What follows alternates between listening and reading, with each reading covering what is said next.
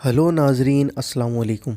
इस वीडियो के अंदर हम आपको मिसवाक करने के बहुत सारे फ़ायदों के बारे में बताने वाले हैं।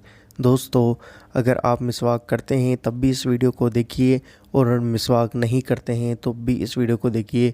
इंशाअल्लाह आप इस वीडियो को देखने के बाद मिसवाक करने लग जाएंगे। दोस्तों, आइए जानते हैं। मौजिम औसत में तबरानी ने हज़रत इब्न अब्बास रज़ियल्लाहु ताला अन्हु से रिवायत नकल की है कि मिसवाक से मुंह पाक और साफ़ होता है, अल्लाह ताला खुश रहता है और चेहरा और निगाह रोशन होते हैं।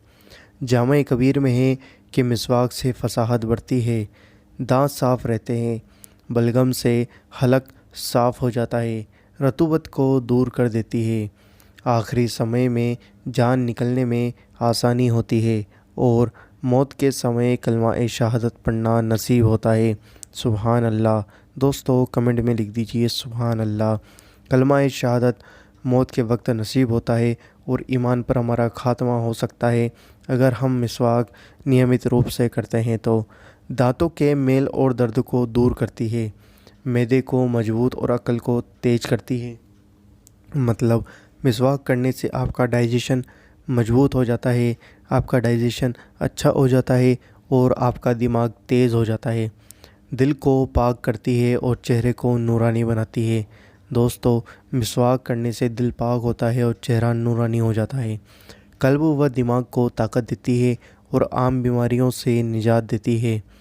दोस्तों, उम्मीद करता हूँ आपको यह वीडियो पसंद आई होगी।